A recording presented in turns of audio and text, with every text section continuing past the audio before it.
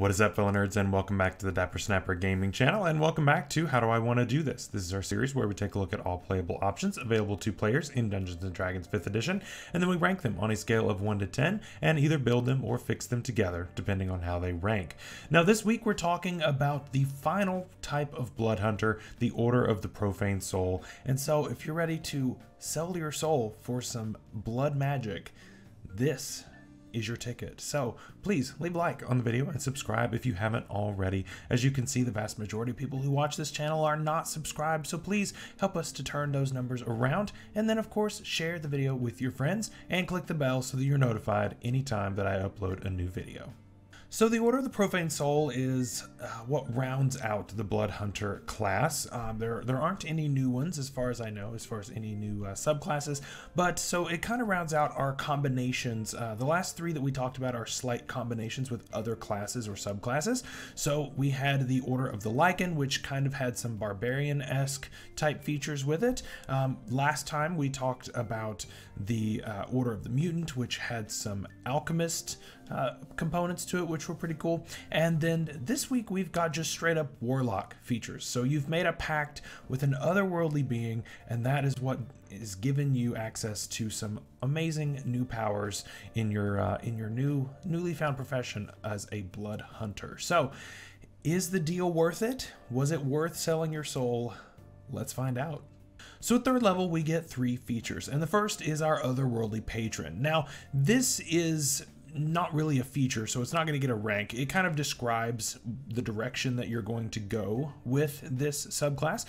So when you take this subclass, you're going to choose a patron, and you get to choose amongst quite a long list, and each of them, you will notice, are from the Warlock patron list. Now, it's not all of them, but it's a few of them. I believe this was just what was available at the time, and it just has not been updated to any new patrons as far as I'm aware. But we have the Archfey, the Fiend, the Great Old One, the Undying, the Celestial, and the Hexblade. So you can choose any of those, and each of those will give you certain features that we will talk about here in just a second. So no ranking for this feature specifically, but it does ultimately very much matter when you look at your features going forward.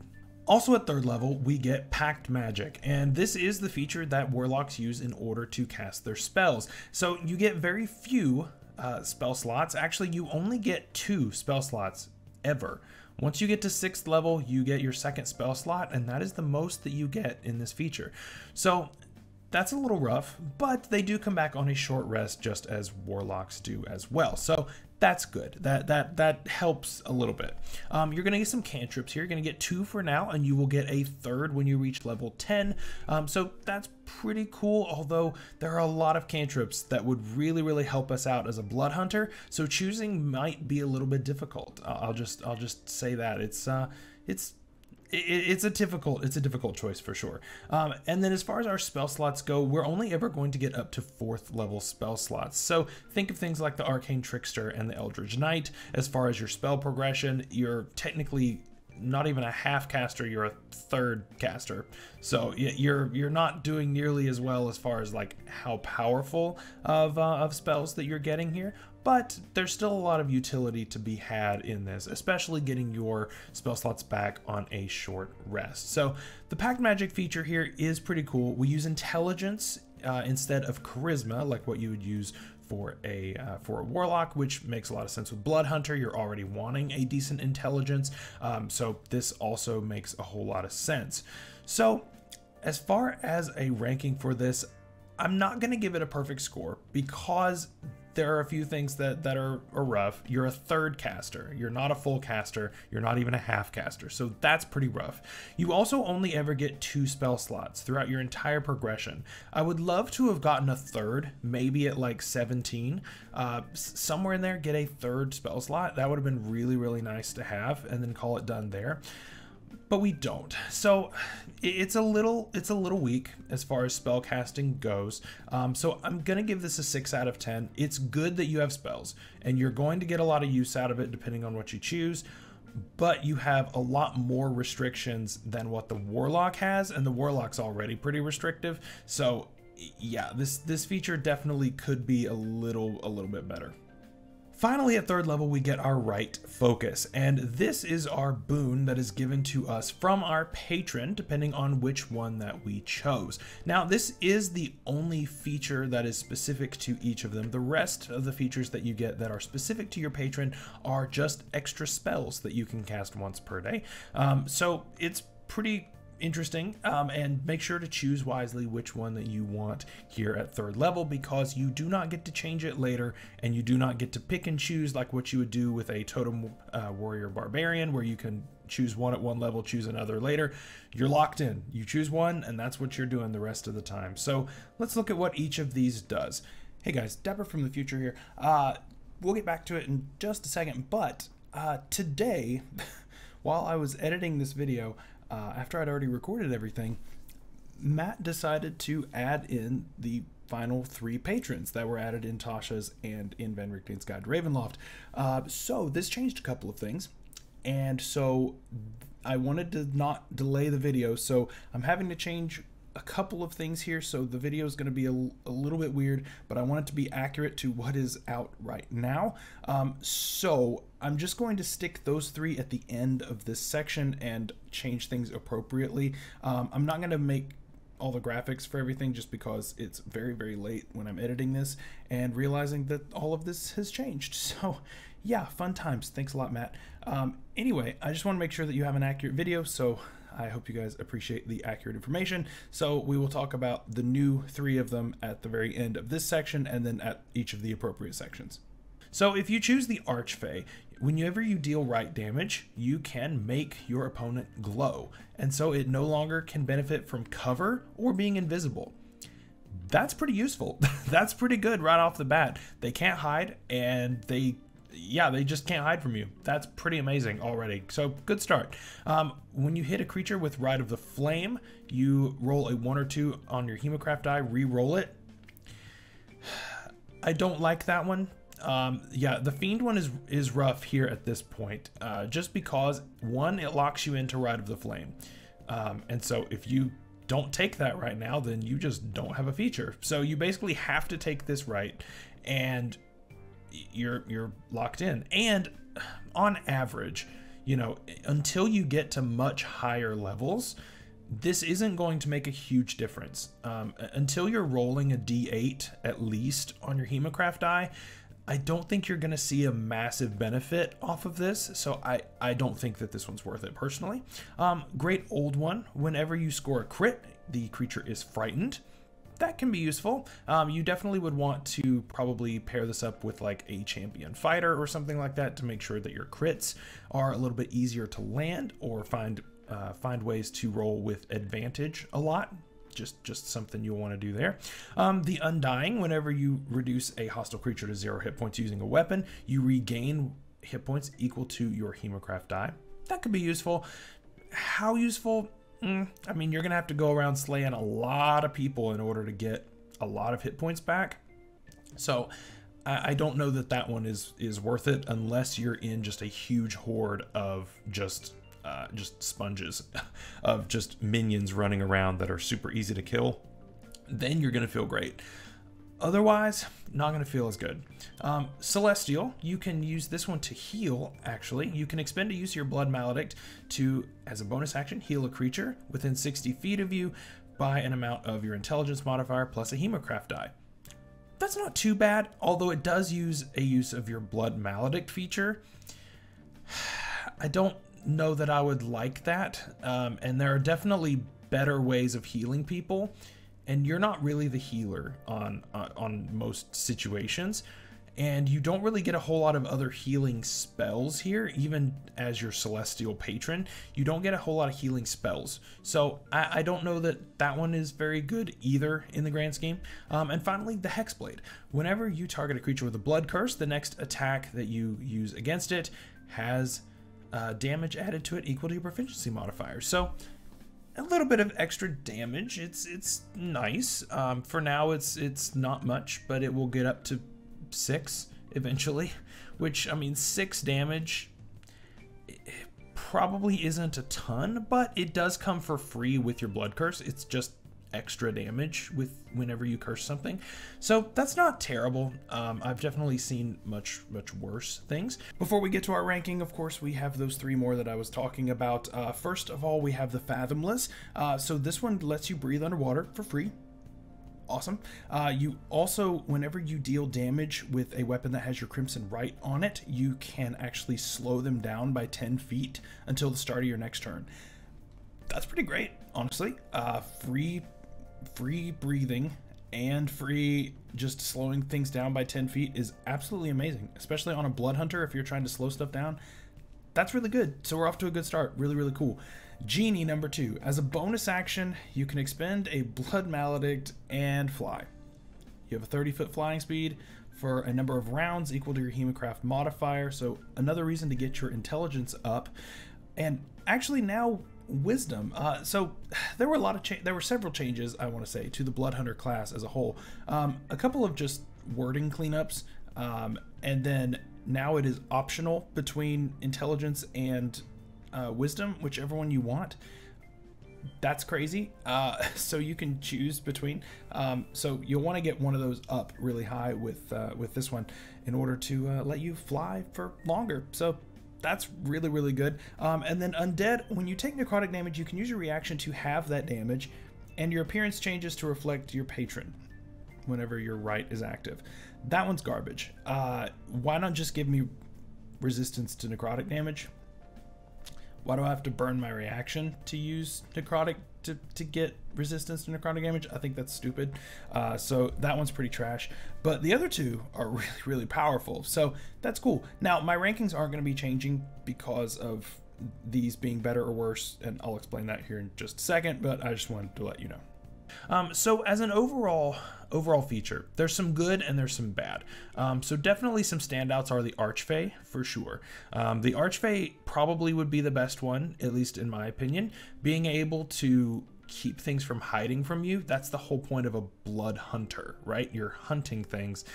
They can't hide behind cover, and they also can't be invisible from you. That fits the flavor really well. But then you also have the Celestial, which is trying to do a lot of healing things, and it just kind of goes against what it is that your role typically would be as a Blood Hunter. And so I feel like you're going to end up being overwhelmed in both departments, and I don't think that that's worth it. So overall, I'm going to give this a 7 out of 10. If you take something like the Archfey, you're probably at like an 8. If you take something like the Celestial, you're probably more at a 6. So I'm going to split the difference here. So yeah, it just depends on which patron you want to take. But this feature will get better or worse depending on what spells we get later, which we will talk about in just a minute. So at 7th level, we get 2 more features, and we get Mystic Frenzy first up. And so when we cast a cantrip as our action, we can make an attack with our weapon as a bonus action. This is pretty awesome. This is going to guarantee that you're going to be able to get 2 attacks off every turn no matter what, as long as you're in range, of course, because we have extra attack at this point. So you could attack, extra attack, and so there you get 2 swipes in, or you could run up, cast a cantrip, and then attack as a bonus action as well. So that's cool. It gives you some flexibility.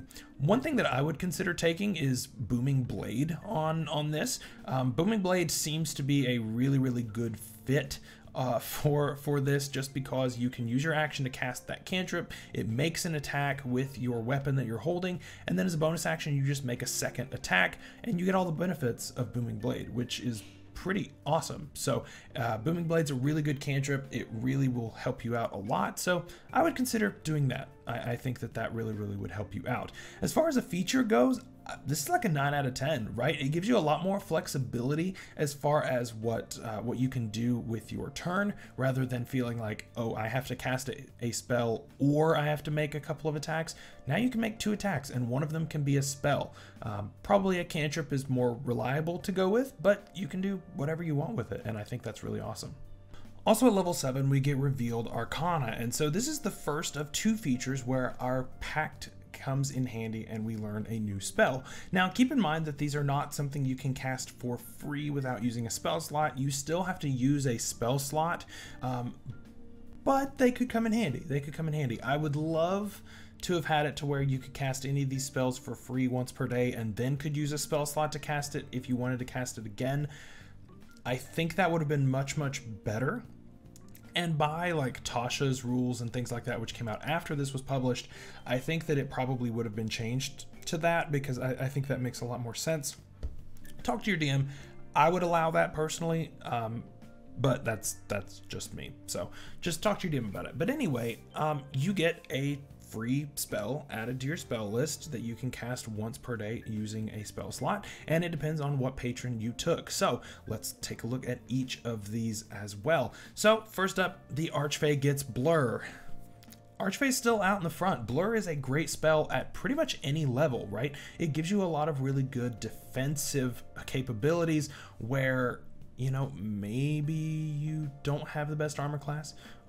Maybe, you know, you're always going to be a frontliner pretty much with this, because you're probably going to be using a blade most of the time. Your weapon is going to be your spellcasting focus. So typically you're probably going to be using a sword on this of some sort. And so, yeah, you're going to be up in the thick of things, and Blur can really help just to stay alive and to make all of those copies of you take all those hits for you instead. So that's really cool. Off to a good start. Fiend, we get Scorching Ray. As 7th level, Scorching Ray is kind of late. It's something that a lot of others have been able to do for a while. Even half casters beat us here, and I don't know. I don't think that this is very impressive, at least to me, to get something like Scorching Ray here. So Great Old One gives you Detect Thoughts. Could be useful depending on your campaign. If you're needing to interrogate somebody, or if it's like a mystery type thing, maybe this will come in handy. But if it's more of a combat heavy thing, you don't want this for any reason. Undying gives you Blindness and Deafness. Future Dapper, again, yeah, Blindness and Deafness is no longer on the Undying patron. It actually is on the Undead patron now. So I will update the graphic here so that you can see what that is. But yeah, things are different. So as you hear this explanation here, just apply this to the Undead now instead of the Undying. I'll go ahead and fill you in on the other two now that we're here, and then what Undying gets instead. So we get on the Fathomless, we get Gust of Wind, which is pretty cool. Is it worth a spell slot? I don't know, but it could be useful, I guess. And then the Genie gets Phantasmal Force. I like Phantasmal Force. I think it's pretty cool. I think it's really neat. Is it worth a spell slot? Maybe. Depends on the situation. But it's neat. And Undying now gets Silence instead of Blindness and Deafness, which is pretty cool. Also somewhat similar, but you know, I think that's pretty neat as well. So neat changes. I don't think that this majorly shifts the balance of power or anything really. I mean, Undying was already just kind of meh, so it doesn't really make a difference, honestly. Celestial gives you Lesser Restoration. Again, I think the Celestial one is just kind of confused, and I don't think that it's the best for this. Now, don't get me wrong. I don't ever want a low ranking on anything to ever discourage a player from playing a certain thing that he or she wants to play. Play what you want to play. I think that any of these can be super fun, and that's why I only talk about this from a mechanical standpoint, because you can have fun with any of these options, and I fully believe that that any of these can be used effectively when used correctly. But Lesser Restoration on a Blood Hunter, not really something that I think is all that great personally, but that's just me. So And then finally we have the Hexblade with Branding Smite. Again, we're getting this 2 levels later than Paladins do, and is it worth it? Maybe, but it also kind of conflicts with our Mystic Frenzy feature, just because we have to have set it up the turn prior, just because this is a bonus action to cast. So it puts you in a weird spot to me, honestly, and I don't think it's worth it, honestly. I think it makes you have to do a lot more setup than what you want, and it makes your Mystic Frenzy feature seem just not useful, and so I don't really like that one. The Archfey is definitely the best, and besides that, the rest of them are a little disappointing to me. I'm gonna give this a 6 out of 10. I think Archfey is more like an 8 or 9, but overall it's like a 6. The rest of these patrons just aren't really pulling their weight right now, so they need to step up.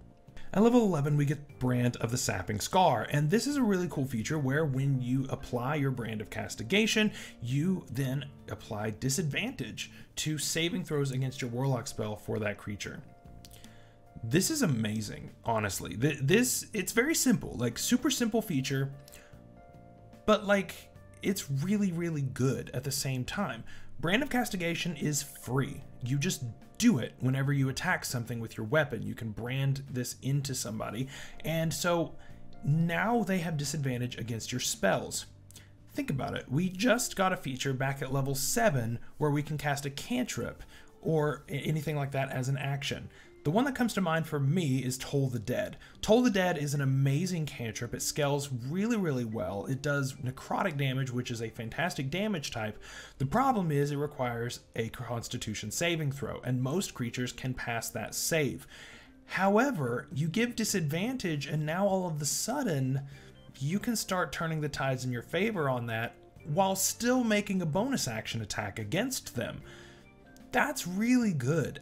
I really, really like this. I think this is a absolutely fantastic feature, and honestly, this is a 10 out of 10 feature. It just opens your options up so wide to so many more things that you can do, and it's free. You don't use any resources, you just do it, and that is something that I love. At level 15, we get Unsealed Arcana, and we get another fun little spell from our patron. Now, one thing that's different about this from the earlier feature is that you do not use a spell slot to cast these spells, which is good, but you can only cast them once per long rest. Again, I would like to have seen that you can cast each of them once per day, without using a spell slot, and then you can use a spell slot if you want to cast them again. I think that would be fair on both of them and just make that across the board. I get what Matt was trying to do here as far as one has to use a spell slot and the other doesn't, but I think it ends up falling a little bit flat, honestly, but just my opinion. So let's look at each patron once again. We get the Archfey getting Slow.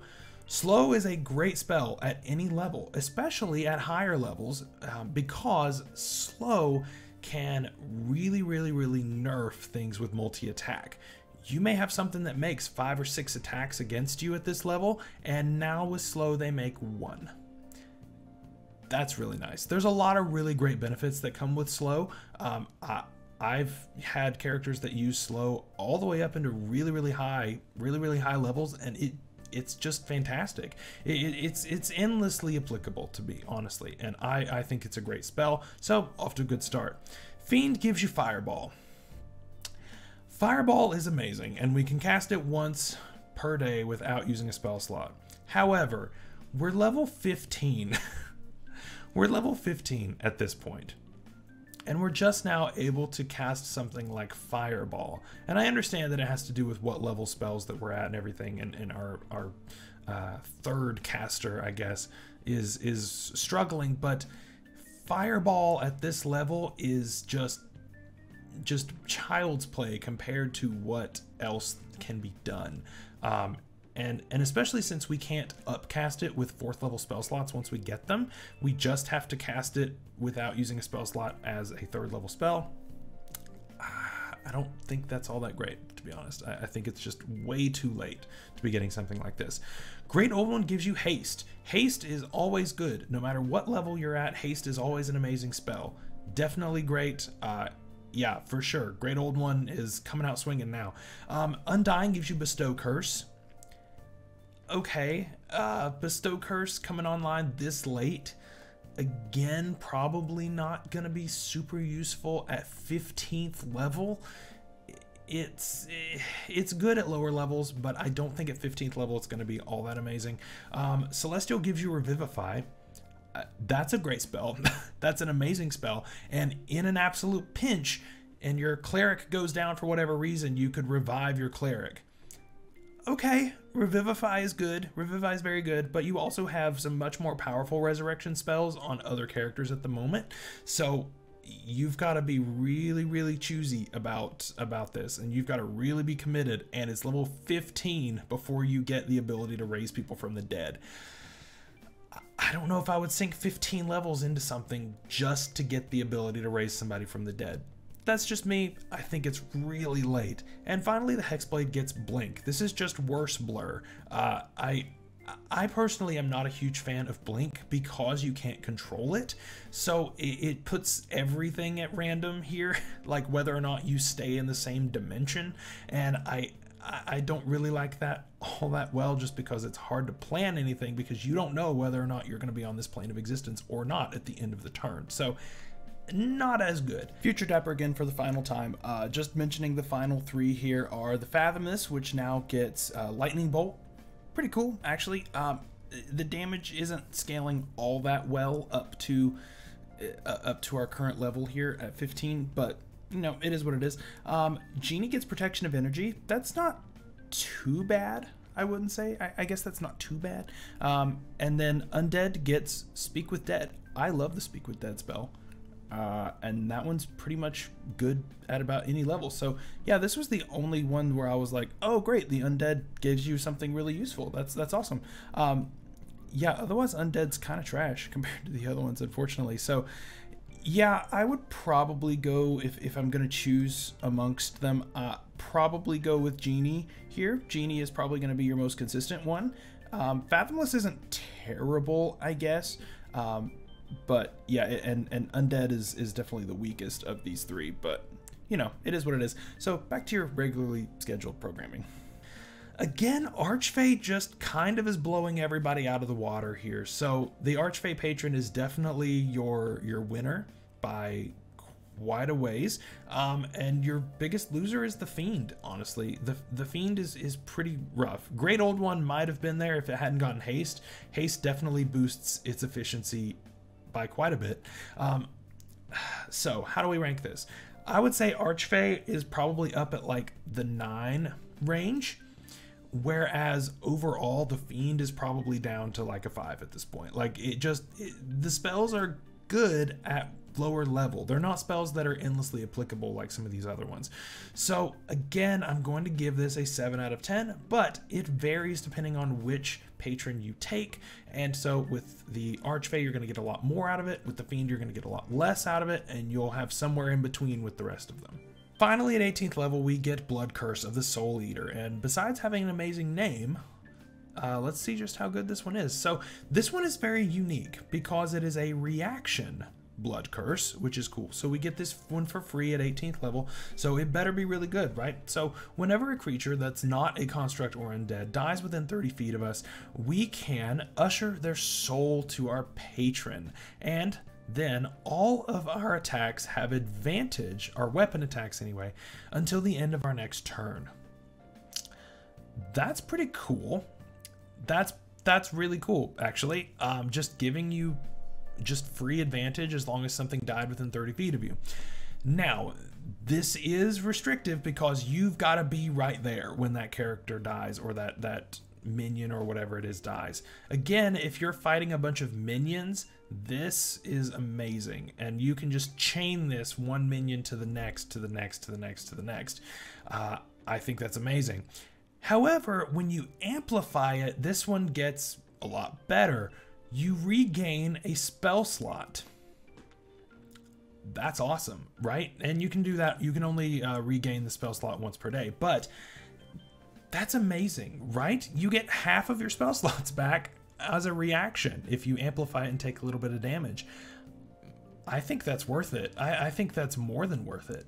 So definitely you're going to hope that you've already expended a spell slot at this point, but yeah, that is very, very useful. This is definitely the best, at least to me, this is the best of the blood curses that are specific to each of the different subclasses.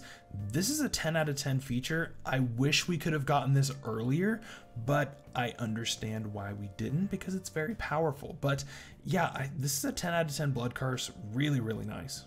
So overall, where are we at? This is a tough one because anytime that you introduce so many options here, as far as the patrons go, your ranking is going to vary. So I'm just going to go ahead and tell you that this ranking comes with a massive asterisk depending on which patron you choose. So you choose the Archfey patron, like what we said, you're going to be doing a little bit better. You choose the Fiend, you're going to be doing a little bit worse. Now, one thing I wanted to mention is, you know, everybody likes warlocks. Once you've played a warlock once, you love warlocks, right? However, something that is definitively missing from this subclass are our packed boons, but even more so are our Eldritch Invocations. Invocations are what really make warlocks so powerful, and you could make the argument that our free spells that we get are our invocations. But I would love to have seen us get some invocations, even if it's from like a limited list. I think that would have really helped this subclass out. Being able to add stuff maybe to Eldritch Blast, maybe be able to actually access Agonizing Blast, where we can add our intelligence modifier instead of charisma. So that would have been really cool. Yeah, I think that it would have been really nice to have been able to choose amongst some of those. So that's something I definitely miss. But as far as what's on paper, it's pretty good. It's pretty good, but it's not quite Order of the Lycan levels to me. I think the Lycan is amazing. I think that this one is good. I definitely think that it's better than the Mutant. And I think it's about on par with the Ghost Slayer. So I'm gonna give this an 8 out of 10. I think it's good. I think it's good. I don't think it's amazing. It doesn't blow my mind by any means, but it's good. It's really good. It's worth playing.